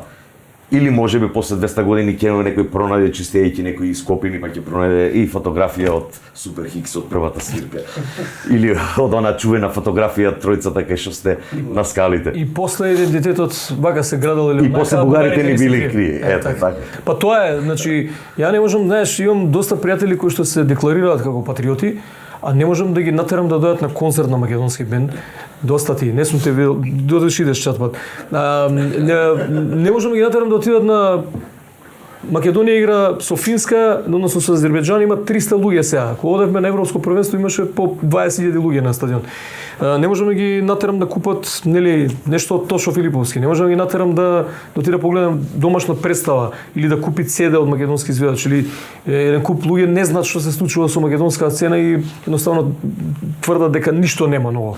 Како нема ново, имаш 50 бендови. Не можам да се објаснам дека тој идентитет, таа моќ се гради на тој начин, а не само со седење петраки во кафана и слушај сега. Ама го имаме и проблемот кој што ако го начнеме сега да го дискутираме, тоа се медиумите, тогаш отиде уште 2 емисии вака. Па медиумите се најмалку патриотски. Ама не, ама ако тие функционираат како што треба, во придонес на целиот тој воздигање на непатриотски во вулгарна смисла, патриотски во национална смисла, нели? Сите сме припадници на оваа држава и треба да си го гаеме тоа ко на времето кога станувавме на химната, сите знамето и химната какви такви името какво не е, да си го почитуваме. Тоа е тоа. Ние сме останале тука, ама тие медиумите треба да туркаат таа приказна во што најмали години на деца да им го бризгуваат тој патриотизам во мислите, дека патриотци и си ја сакаш својата држава, ако го сакаш јазикот, ако го сакаш музиката, ако сакаш културата, не ако креваш глава или лепиш плакати на политичарите, не си тогаш патриот од ова или од она, од било која. Патриот си ако си ја сакаш сопствената култура и сопственото поднебје во кое што живееш и си горд на тоа. Па какво и да е, такво е, нели?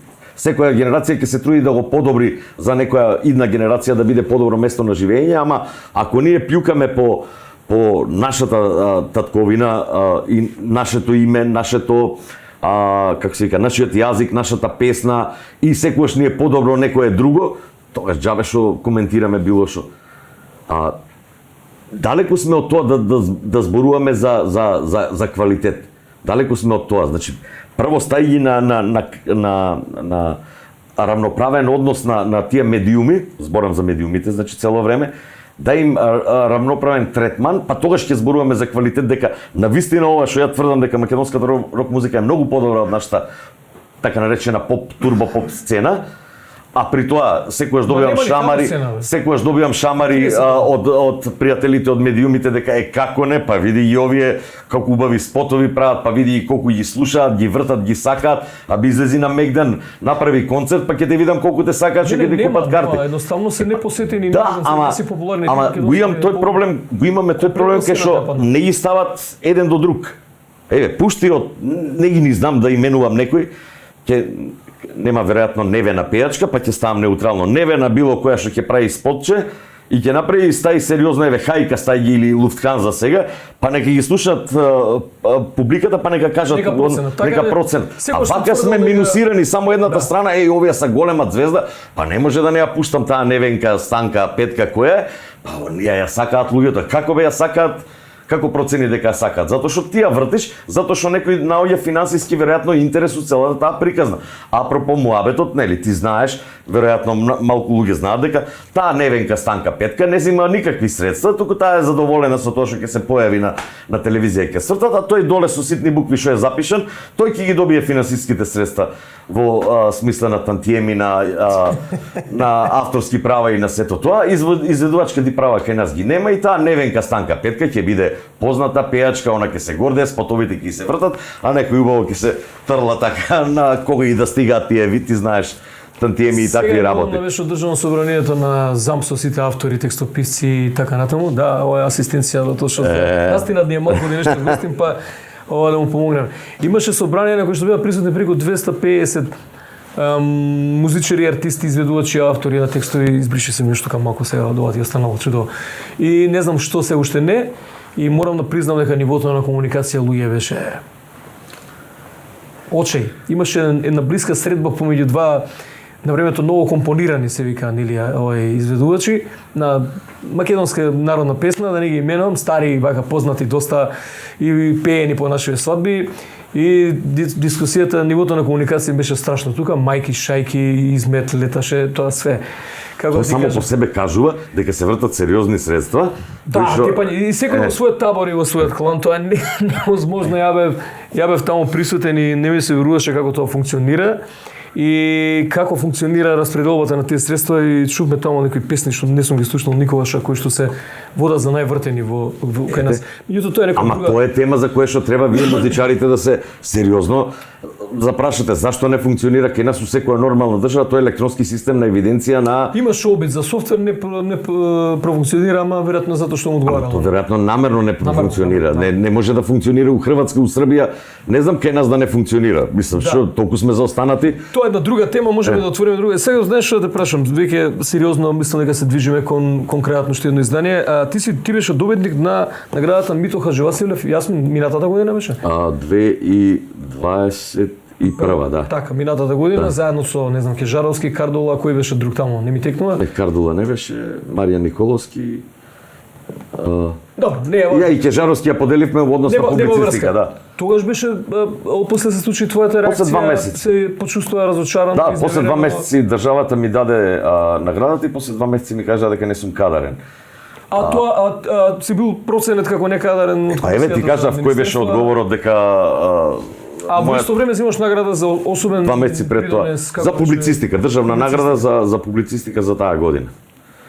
Ете тоа и се почувствував во тој момент и говорот мој беше не знам дали си го видел, едно 15 минути цитати од македонска поезија. Да, од секој по направив една така, да, од секој по некој пасус, нешто што се изворени парчиња извадени од контекст, ама ставени во еден поинаков контекст и во тој момент се почувствува баш, сега не знам дали точно ќе го цитирам Васко од една негова песна, се чувствувам како Де Ниро во Таксист, час сум херој, час сум на црн лист. Така да така некако се сведе таа ситуација додека се израдував и сето тоа. Си можел да продолжиш и со ќе завршам под мостот, така мирис. Да, па не, така му доаѓа, мислам. Не, неверојатно македонската рок поезија, ајде така да наречам, или текстови колку има реални ситуации, мислам дека неверојатно цели книги може да се. Сега пред 5 минути го спомнав, значи сериозно ги проучувам, сериозно наблегувам во таква создавање на една таква антологија која што повторно е субјективна работа, значи не можеш да си тука објективен. Ќе фатиш еден правец у однос на тоа и ќе се фатиш. Јас сакам секогаш да се држам за она ангажираната социјална поезија, не толку љубовната, меѓутоа тоа е нешто што ме интересира. И сега сериозно преслушувам, запишувам текстови, сето тоа. Буквално приказ ти имаш на 6 децении живот во Македонија, особено на оној период од самостојување до сега, кај што се турбулентни години, низ песните се пресликуваат тие години. 90-тите беа сериозни текстови, се пишува бендовите. Сериозно ти можеш да ја процениш ситуацијата од една временска дистанца и од перспектива на слушател на не си го доживеал тоа време, низ текстовите да го доживееш тоа време. Значи не биле банални работи. Не сте пишувале музичарите банални работи. Осумести биле малку поинакво, многу малку се осуделе луѓето да бидат критични према општеството. Имало и такви зацкриени, фини работи, убаво. Меѓутоа 90-ти веќе почнал народот да пука сето тоа. Значи, по сите шалови и кај младите, особено младите рок бендови, тоа доста јасно и прецизно го искажуваа низ текстовите. И се сакав да направам еден пресек таков антологиски, државен, како и да е, од човек, сметајќи се за повикан, сето тоа да го составам на мој начин и ете, Министерство прво ме потапша по рама, еве ти награда, а после 2 месеци рече, дечко, тоа беше... Чека, Министерство ти доделе да? Шо? Министерство за култура и Министерство за култура после 2 месеци ми рече, извини, батка... Не, мислам дека тие што ти дале наградата и тие што биле после тоа во комисија за проекти, мислам дека биле, можеби, други луѓе и немале комуникација меѓу себе.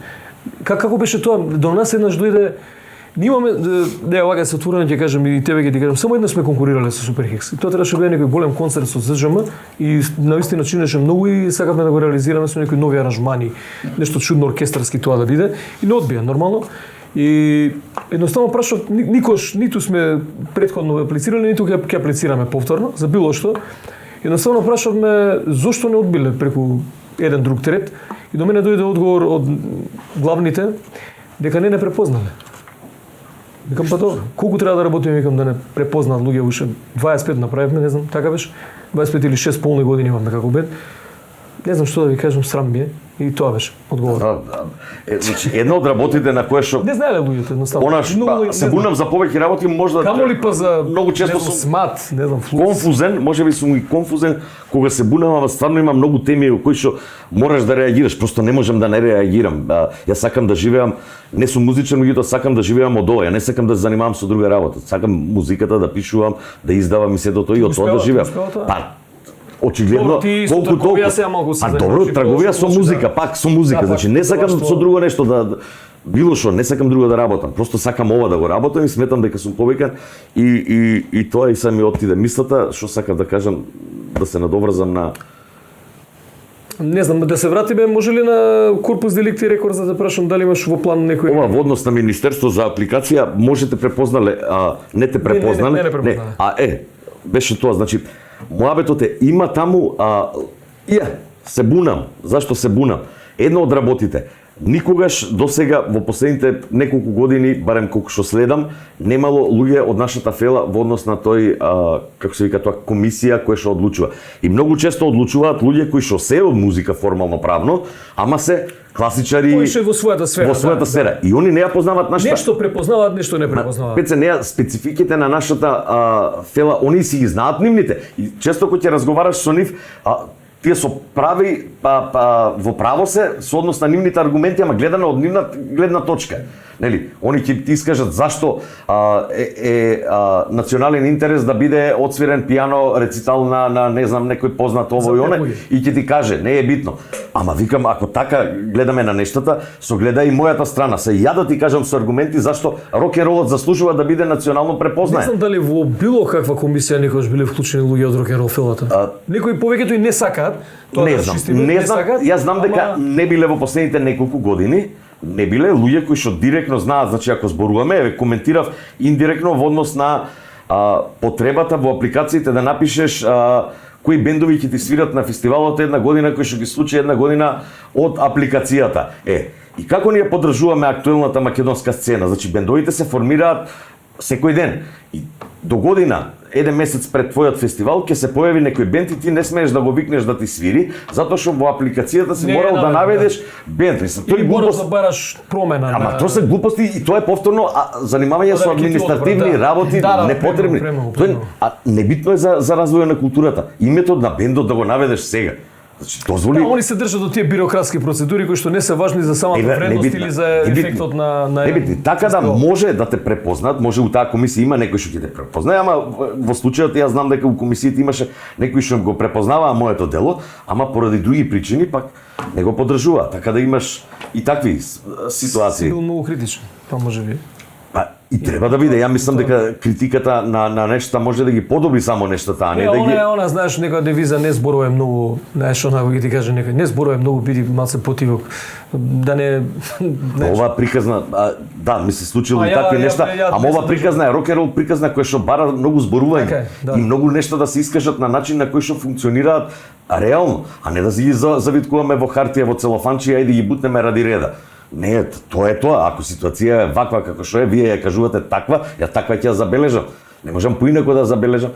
И повторно ќе кажам, јас се бунам, секој си го гледа својот интерес, ја го гледам својот. Јас се бунам, не сум музичар и не можам да се бунам до крај во однос на вашите права авторски и се до тоа. Ама ја се бунам за вие да си ги добиете вашите права како музичари, за јас после како новинар, за да можам да живеам па од средствата кои што вие ќе ги дадете, спонзорирате, промотерските куќи, било кој за создавање на едни вакви дела или за да вложам средства во Супер Хикс како бенд за да им издадам плоча во еден поголем тираж. Нели? Ама да функционира целиот тој систем. Ја не можам да се ситам или преку бендовите да барам за мене да има финансии од лупета Министерство за култура, од комерцијални спонзори, од ЗАМП кој што исто во соседните држави спонзорира вакви дела, од тој буџет кој што го имаат го делуваат за поддршка на развојот на како и да се вика, имаат, ама веројатно многу малку луѓе го знаат дека го има, ама што се спонзорира, не знам, не се. Значи, сето тоа треба да биде и транспарентно и кога сите тие би функционирале како што треба, тогаш и ја можам да живеам од тоа. Ти викам не сакам да скокам никого да има само за мене. И најсреќен би бил кога оваа сцена би функционирала најблиску како Хрватскава, да речеме. Најблиску како Хрватска, да имаш ти 30 свирки, 30 фестивали, 20 на изданија месечно, нови изданија, продавници, само Загреб има една улица со 5 дуќани за плочи, концерти, клубови колку сакаш. Да го поздравиме и нашиот пријател Игор Бањанин кој што го има Диртиол шопот таму и функционира. Таму со околу од организација на концерти на везни. Не може да постигне со другите работи. Не може да постигне. Ама таму се исто, значи он ги држи издаваштво, се занимава со издаваштво, со продаја на музички изданија и сето друго не може да го работи. Други го работат концертниот дел. Мени го работи издаваштво исто и концерти, он дуќено други го работат. Да, држи реге фестивал во Пула и тоа е голем настан кој што... Значи таму имаш, знаеш дека функционира, таму имаш посебни, како и да се викаат сега тие куќи или Менарт. Здруженија кои што баратат исто и со авторските права на Хрватска глазбена унија прво имаат, после тоа се понатаму. Го разбрав, не знам сега името како му е точно правно, значи таму да направиш компилација, значи она за што се преска го спомнав во однос на тоа дека продуцентите бараат млади бендови и инвестираат у нив, им ги откупуваат правата на песните. За да после тие располага, знаеш, кој секаде у свет, знаеш дека Битлси не се собственици на правата, Мајкл Џексон ги откупи или како и да беа за кого. Така да тоа се тргува, нешто со кој се тргува. У Хрватска тоа функционира. Значи, тие агентите откупуваат нови интересни песни, ги имаат тоа, ако сакаш после да ги објавиш после 10, 15, не знам 5 години било што, бараш ги откупуваш од нив. Со се тргува. Така. Со ништо не се тргува. Овде некаде при крај сме, мисли, чини, така? Мислам дека отидовме, или на да. Мислам втордол може да направиме. Втордол да направиме. Добро, па слушај, ова е како книгите на Тошо, прв том. Ова е прв том разговор во Вербалиум со Тошо Филиповски, ќе го викнеме кога ќе добие одговор од Министерството за култура за новото. Преска го почнав, не ти го докажав. За да можеме уште да се. Лани се револтирав, тоа го кажав, ама не се докажав. Лани се револтирав и револтот беше дека веќе нема да работам, да пишувам, ама поттикнат од пред се од пријатели некои кои што ми кажа дека во иднина и не мора да се замарам, а ја секогаш ќе замарам затоа што ценам дека мојата држава секогаш треба да има свој печат позади, значи Министерството за култура секогаш макар и на било кој начин да ме помогне, а пријателите ми дадоа кураж да продолжам работата дека секогаш ќе најдат тие ќе изорганизираат финансиски средства, ќе изменаџираат за било кое наредно дело да немам проблем со издавање. Имаш ли донации доста од пријатели вака затоа што знам дека ти имаш објавено трансакција? Имам, се јавуваат се повеќе ме поддржуваат и ти викам, морам да се заблагодарам во оваа ситуација на Никола Стиков и Кантар од МК, неговото здружение, тој е познат професор на Универзитет во Монтреал, магнетни резонанци, не знам, пред да замине повторно на студии на предавање таму, ми купи подари, донираше компјутер и што го објави сето тоа, само да не се нервираш секојаш кој ќе доеше и го гледаше мојот овде лаптоп, овде тастатура, па куцам онака на слепо, толку можев да си дозволам. Со компјутерот ми зема еден така пристоен за куцање и сега следните книга 2 на него ќе ги работам, така да имам пријатели кои што ме поддржуваат и нема да престанам со пишувањето, без разлика како ќе реагирам Министерството, ама болката ќе им биде голема ако не застане за таа приказна, затоа што овие книги се создавани за да оваа држава се гордее со нив и мора да стои печатот на Министерството за култура. Добро, немај да прекинувам затоа што имаше пред време некој статус дека можеби тоа беше приказната, бев револтиран затоа што ме омаловажија во однос на тоа. Мене знаеш колку пати ми дошло исто од музика да се откажам, па ете, терам веќе 28 години. Значи наместо вообичаената пауза за нашите спонзори кои што се уште ги чекаме, овој пат ќе одиме со една кратка премолчана реклама со делата на Тошо Филиповски.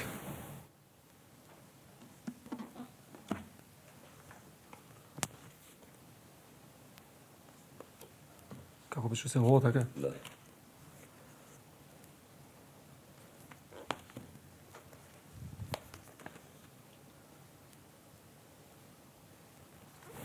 Мислам дека солидно го пополнивме просторот кој што вообичаено го премолчуваме затоа што ги чекаме да дојдат овие спонзори. Ајде не заборавајте само да потсетам, видиш како фино ме потсети точно кога сме кај донаторите дека нашиот Team Player профил е отворен и кој сака може многу лесно да влезе на него и да донира за ова прекрасно шоу, да можеме да купиме патики, сталак нов за како се кога објектив. Објектив да купиме колку пари е еден објектив? 500 евра. Нема шанси да купиме во скоро време. Добро. Нема врска. Во секој случај добро, зборуваме денеска со Тошо Филиповски, еден од најнекомпетентните, несериозни архивери и документатори, како да те наречам, не знам.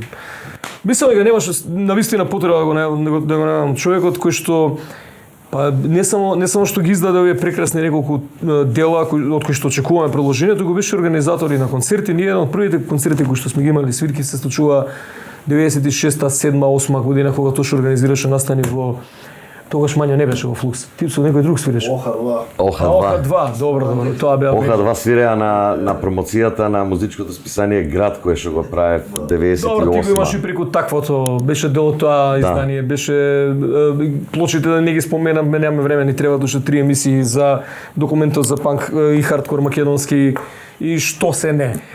Бевме и ние ти бевме на еден од првите концерти кои што организираше твој беше панк фестивалот со Кладно пиво.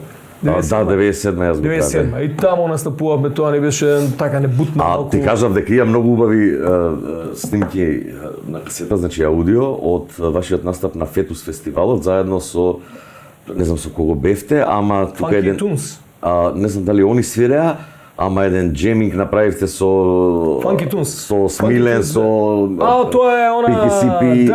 Да, па ние имавме една песна која што афрохист. Тоа беше горе у Денсигот, ама вака фронтално.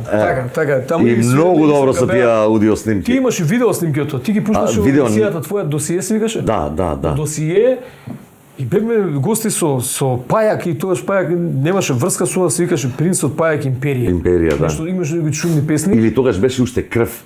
Не, Принцот Пајак Империја беше тогаш во тој период. И меѓу другите беше и тој присутен и тоа беше едно од ретките шоуа кои што се емисии кои што се занимаваше со македонска андерграунд музика во тој период и тоа од вака беше. Ама тогаш не беше андерграунд, тоа беше мејнстрим. Не. Во тие времеја музичка емисија третираше најмногу андерграунд што во денешни услови би било андерграунд, ама тогаш беа тие водечките бендови. Значи вие Трачери, Хип, Архангел, сите тие бендови, Мизар, тогаш беше таа Кисмет, Last Expedition. Таа беше сцената што ја водеше музичката култура во Македонија, тогаш немавме поп-продукција никаква. За мене едно од најзабележливите вечери кои што сум ги доживел како клинец беше 92-та финалето на Поп Рок Фест во тогашен Хард Рок. Тоа беше еден страшен лајнап, не знам дали Санаториум, Орион, Санаториум, Орион, Чоканче, Океан Пацифик, Ареа, Санс, Октавијан, Санс и не можам да се сетам кој беше друг, нели Перса и Нено Скинерот беа во прв ред таа сцена. Толку беа тие се тие. Да, ама пази какви и тоа го снимаше македонската телевизија. Македонска телевизија се емитуваше се емитуваше, стои некаде таму. На времето Да. На времето се жал стои некаде таму. И сето тоа стои некаде таму, нема кој да го извади од архивите и пак да го пушти или ке не потсетат со овој рок подиум повремено. Факинг 30 години е од тоа, значи повторно ќе се навратам на приказните што ги милион искажавме. Колку не си ја негуваме културата, годишниците на нештата. Тоа не се малку години, 30 години од настани што ни се случили. Тоа е нешто на кој што треба да ја едуцираме младината, да подсетуваме редовно во континуитет дека и тие ако се занимаваат со вакви убави креативни нешта во кои што го одразуваат нивниот начин на живот и општеството, за некои добри 30 години и тие ќе можат да се пофалат на нивните деца дека еве јас во мое време создадов нешто, еве го запишано како документ. Не можам да го сватам како некои луѓе не може да видат таа димензија у перспектива, у воиднина. Значи за некои нови генерации треба истото да се гордеат со ова што ние сме го создавале, како ние што се гордееме за она што некои претходно го создавале. Добро, меѓувреме ќе остане ова како документ и потсетник. Барем ти благодариме што направи нешто. Не знам дали некој ти кажал од сцената, ти благодариме точно за сцената и за она што целата оваа македонска рок н рол фела си го направил, затоа што си направил многу. Овде има работи кои што Како беше тоа пред некој време напишав некој юбилеј со Суперхикс, вика бе грешка си ми вика точно. Не, тогаш. Не, не ми тегли на отвори македонска енциклопедија, сега ќе изложам ако кажам дека цела имам прочитано, ама еве тука имам пријатели мои, еве го Влада, не знам Пеперминт, кој се не, и неверојатно е колку повеќе знае од некои сами бендови кои што... Ова е одлично, еве сега морам да кажам една информација која што нема до сега ситуација да ја споделам, мене ми дојде многу драга, освен ова, фала ти за поддршката и за сето она што го правиш за македонската музика како музичар. Пред се, например, многу драг комплимент е што како се викаше, сам мозокот ми се блокираше, децава од Никола Карев и професоркава по музичко Аристановска ми се јави и започнува еден проект со незините деца, значи проект кој што е во рамките на училиштето, вон училишен проект, ама со тие деца што би значил поставување на или исправување на неправдата на однос на македонската музика застапена на Википедија. Значи, ќе направат еден проект со тие деца, се што она македонска музика, водени од македонската рок енциклопедија, да го стават на Википедија на македонски и на англиски јазик, со варијанта да не може тоа било кој да влезе после да си го преправа како што сака. Тоа ми беше многу драго и многу драг комплимент за децата, затоа што многу малку македонски нема многу малку тоа. Ја тргнав кога работев дека тука ќе најдам некои информации или беа тотално утка информациите или беа стари веќе пола. Не. И сега само ја замолив, викам, окей, се тоа окей, само би замолил да повторно ги ревидирам работиве пред да бидат ставени таму, затоа што и во комуникација со бендовите и некои работи се изменети, сум увидел дека сум сгрешил на некои места или веќе поинаку сум направил некоја поинаква реконструкција, сакам да ги коригирам, ама за тоа е за мене голем успех ако тоа успеат тие деца да го направат. Да, во секој случај постои иницијатива по неколку училишта и имаат некои училишни бендови, на пример во Васил Андреевски дрен немаше аберот музичка секција, сега постои некој училишен бенд, дури ме кана во некој училиште да дојдам да поразговарам со децата за музичките тенденции моментално, затоа што идат малку не од добра насока. Тоа би било супер. Имаме некои идеја, ќе видиме. Тоа би било супер и такви прогресивни професори кои што еве, на тој начин ја образуваат нивните деца, ученици, може да отворат многу поголеми перспективи за она што не го чини луѓето кои што треба да го чинат. Значи, веројатно Википедија треба бендовите, не знам како и функционира реално, меѓутоа веројатно бендовите сами треба да си ја си ја прават. Меѓутоа, некаква основа барем да има. Во недостиг на тоа, ова е супер иницијатива, а од друга страна, веројатно си го осетил тоа чувство, е срамотно кога ќе мораш некому да препорачаш, кој ќе те праша некој од странство, нели, препорачи ми нешто македонска музика, што можам да најдам на интернет или да прочитам. Толку имаме обскурна е застапеноста на македонската музика, дури и на YouTube, и старата и поновата, а запишани работи да не зборам. Значи, просто не можеш да најдеш валидна информација која што ќе те наведе на подетално истражување, навлегување во суштината на нештата. И еден ваков обид, и тоа кој доаѓа од деца, па тоа е најважно, на таму да дое. Значи они во самиот процес на прекуцување, на сретување на нешта, ти сакал некој ќе го прочита, ќе навлезе у таа приказна и од овие 333 бенда за еден да се нафати, после тој ќе се истражува. Ќе ги отвори нештата за некои... Во секој случај добар проект и нека добра иницијатива и што повеќе ги има такви, толку подобро и за македонскиот рок-н-рол. Точно ние можеме вака 3 дена ти да се време. Нема проблем. Ќе оставиме простор за уште едно издание по издавањето, се надам следната година, бидејќи сме на крајот на ова, како ќе се вика тоа издание, Готра? Само Готра? Само Готра. Мене ми се сиѓа тоа име, да. Доволно кажу.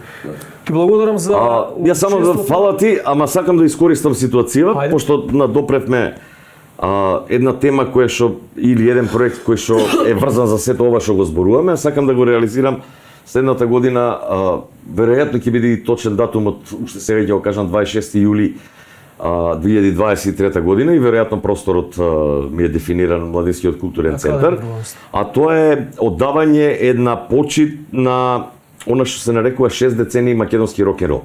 Според моите истражувања и со самата енциклопедија, дека тој кај нас започнува некаде или почетокот на 63-та или крајот на 62-та, да речеме, ајде. Што и не е толку битно, меѓутоа се навршуваат 6 децении од почетоците на рок-н-ролот во Македонија и јас сакам да оддадам една почит кон сите тие луѓе кои што се со нас, но и пред се на оние кои што не со нас, со една огромна ретроспективна изложба. Значи, апелот е до сите оние кои што ќе го гледаат ова, од било која генерација на создавачи на музика или слушатели на музика кои што по било која основа архивирале дел од тие работи, си чувале во споменари како водителот на оваа емисија кој што ми покажа дека си правил забелешки.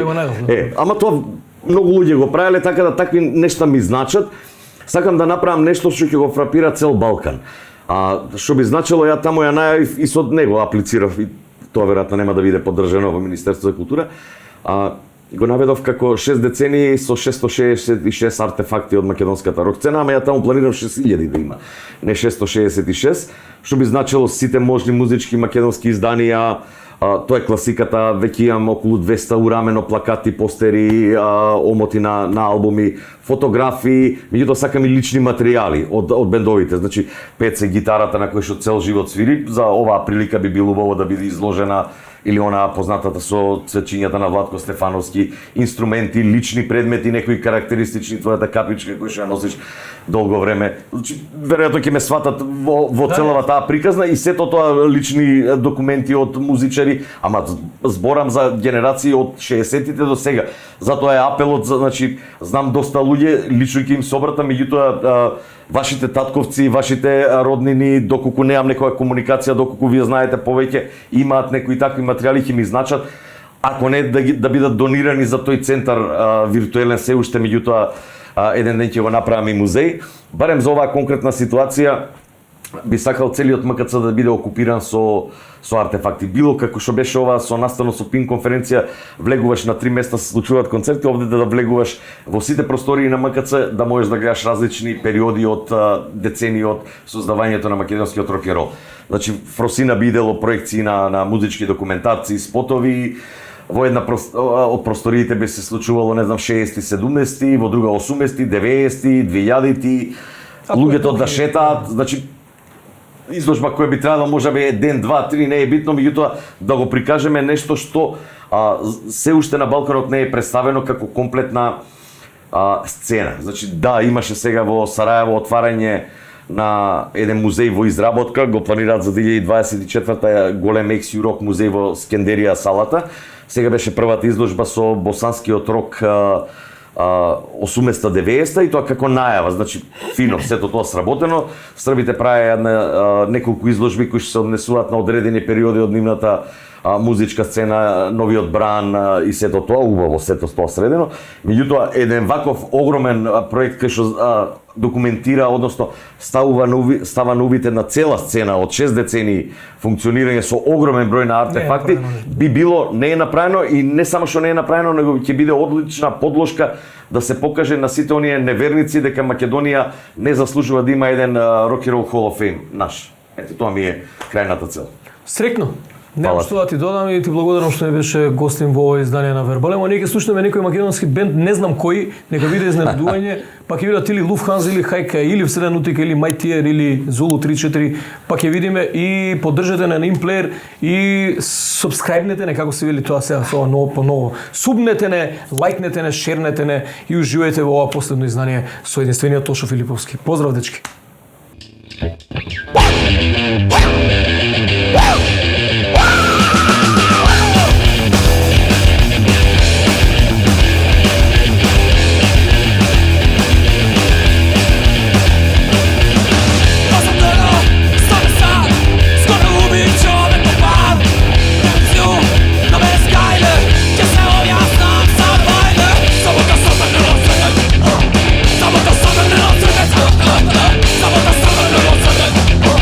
Samo to sada ne rozsvedec.